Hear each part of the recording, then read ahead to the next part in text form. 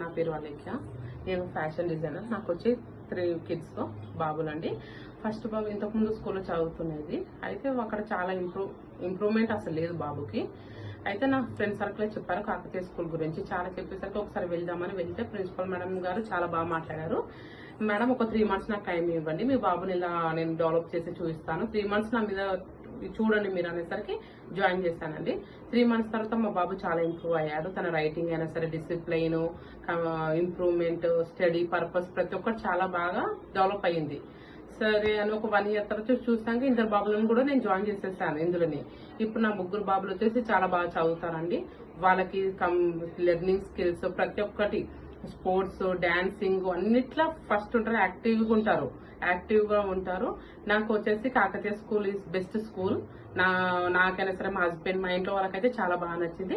Rating వచ్చేసి నేను 10కి 10 ఇస్తాను, ఒక్కటి కూడా తగ్గివ్వను.